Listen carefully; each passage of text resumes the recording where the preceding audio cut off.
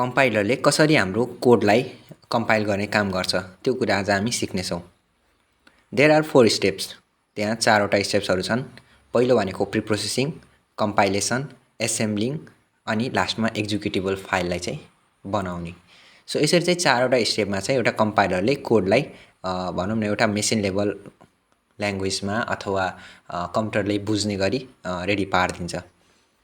Pre प्रोसेसिङमा के हुन्छ भने जति रिक्वायर्ड कुराहरू हुन्छ, जति रिक्वायर्ड लाइब्रेरिजहरू हुन्छ, लाइब्रेरिज भन्नाले के हामीले कोड लेखिरहेछौँ त्यो सबै कोडहरूलाई रेडी पार्ने काम कसले गर्छ? प्री प्रोसेसिङले गर्छ। जब प्री प्रोसेस भइसक्छ त्यो प्री प्रोसेस भएको कोडलाई चाहिँ अब कम्पाइलेसन गर्नु पर्यो। कम्पाइलेसनमा एसेम्ब्ली लेभल कोडमा चाहिँ ट्रान्सफर हुन्छ। सो एसेम्ब्ली लेभल कोडलाई ट्रान्सफर भइसकेपछि त्यसपछि चाहिँ अर्को स्टेप भने एसेम्ब्लिङ हो। अब त्यो एसेम्ब्ली लेभल कोडलाई चाहिँ मेसिन लेभल कोड 0101 मा ट्रान्सफर गर्नलाई अब एसेम्ब्लिङ हुन्छ।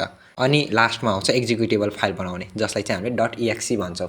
जस फाइनली हामीले .exe फाइल भनेर पाउँछौँ क्या। अनि त्यसलाई चाहिँ हामीले रन गर्नुपर्ने हुन्छ र त्यो रन भइसकेपछि हामीले चाहिँ चाहेको आउटपुट पाउँछौँ।